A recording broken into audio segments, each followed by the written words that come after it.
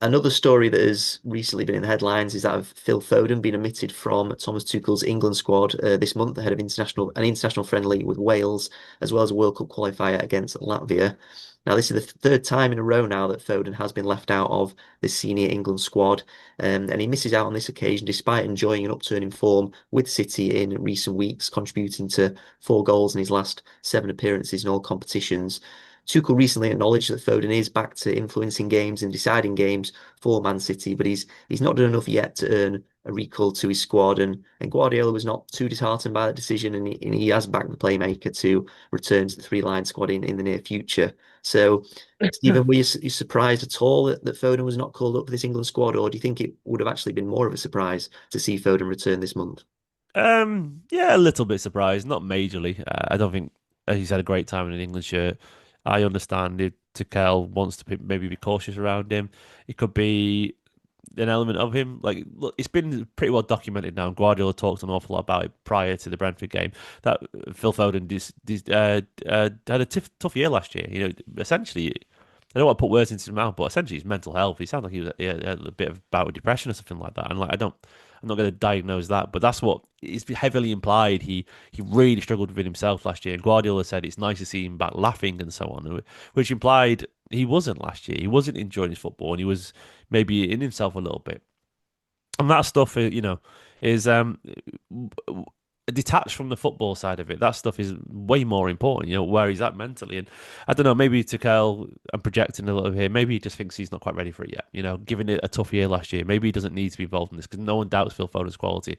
Maybe right now the focus should be in Manchester, enjoying his football at City, focus on his fitness, focus on finding the best version of himself.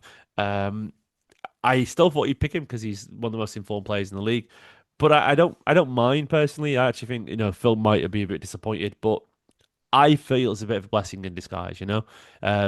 Baby steps right now for Phil Foden, which feels wild to say given his his elite talent and former PFA Player of the Year and all that. But if it is a case of where mentally his struggles came from, private issues or he had whatever it is, yeah, I think slowly and cautiously is the best approach here because he doesn't need everything again because he could get overwhelmed. I don't really know his obviously situation directly, but it's heavily implied that it was all a bit too much for him. So I'm hoping that this could actually be a nice couple of weeks for him to reset, relax a little bit, and as Guardiola said rightfully, if he carries on playing to this level, he'll be back in the England side before we know it. So I don't think we should worry about him in terms of the World Cup or anything like that. He'll be back there if he deserves it. And yeah, I'm personally, I don't care in a nice way. I'd rather my City players rest. Obviously they want it themselves individually, and I'm sure he'll get there. But I think this could be quite well timed for Phil Foden right now. Yeah, exactly. And you mentioned there Guardiola's sort of hailed Foden for opening up and about sort of these mental health difficulties that he's had over the last 12 months or so. Foden said earlier this year that he's endured things off the pitch mentally, in his words, and Guardiola's come back and said that, Foden's joy, laugh, and voice in the dressing room is back. So that is a huge news for City in particular now for this season. And what do you think Foden needs to do now until next summer to ensure that he does work his way back into the England squad and stakes a claim for a regular starting spot under Tuchel? Just be himself. I've met Phil a few times, Phil Foden, and I don't think he'd mind me saying like I wouldn't say even a friend of his, but we're on first name terms if we see each other. And he's a really nice lad, Phil, and like he's I mean this with the greatest respect possible. He just wants to play football. Like I don't think everyone is cut out for the cut out's not the right word. I don't think everyone necessarily wants or enjoys, and I'm not even saying Phil Foden feels that way. I'm just guessing for some people. The drama that comes with being a Premier League football, the spotlight, the intensity, and I can only imagine, and I'm not saying this happened for Phil Foden, but I can only imagine that elevation you have after winning the PFA Player of the Year, scoring that many goals, and you're thrust into the limelight as a superstar.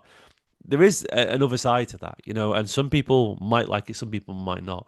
I think Phil Foden just wants to play football. I think that he's the kind of person where he's at his happiest with, he's very obviously a family man. His number is actually dedicated to his granddad who passed away.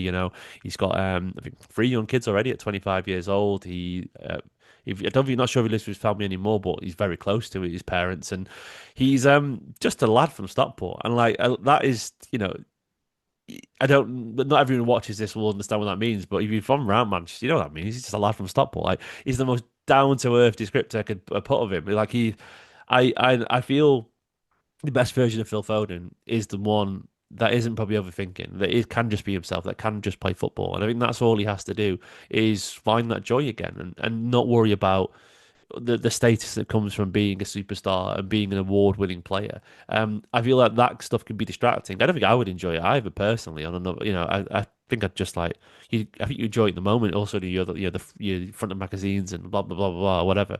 But eventually, I think that noise becomes noise. It becomes loud, and I can imagine it gets in your ears. And yeah, I think Phil just needs to find his football again, and I think that's the best version of him. And if he starts to just enjoy it a little bit, focus on enjoying being around his friends as well on the training ground, and like I think we forget, even though he's 25 and even though he's won all this, and he's still it's still a surreal environment to be in to be a footballer. It is like it is a very weird lifestyle. You are a superstar, and you're in a sort of permanent stage of infancy because you do the same thing you do from when you're 8 years old. And you're still doing it at 25 years old, and I'm not saying they're kids, but it's a weird place to grow up in that environment. I can imagine he won't be the only footballer that goes through these trials and tribulations off the pitch. The difference is here is Phil Foden is an absolute superstar, so I can imagine it's drawn to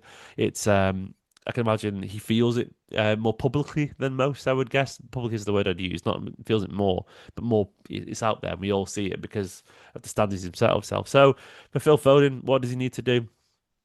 He doesn't need to do anything. I think that there's immediate pressure on him to change something there. But what I would like him to feel is like himself. And I think Guardiola said the same. Like the only thing that matters is that he's happy, and if a happy Phil Foden is going to enjoy his football again. And it's not easy to force happiness. You just sort of find that with acceptance and time and so on.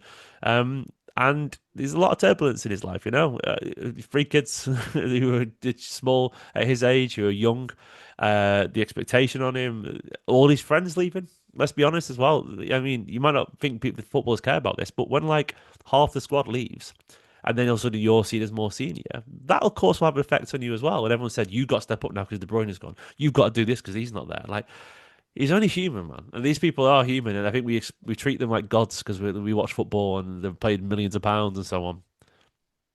End of the day, we all bleed the same, and we all need the same things. And I think Phil just needs to feel happy. I think he needs to. It's very obvious to me, given all the things that Guardiola said and Phil himself has said, that he just likes it when he's just.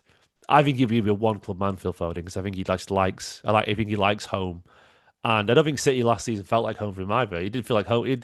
That's wrong. I take that back. I think last season felt very turbulent for Manchester City and for everyone. And when your home feels turbulent, I can imagine you feel turbulent if you're susceptible to that. So I think he might have felt it last season as well. So yeah, I just want Phil Foden to be happy. If he's happy, he's brilliant. And I think Phil Foden knows that. I think Guardiola knows that. Yeah, exactly so. And finally on Foden, what do you think represents a successful season for Foden? Um, it's hard to quantify in terms of metrics, but just carry on how he's playing.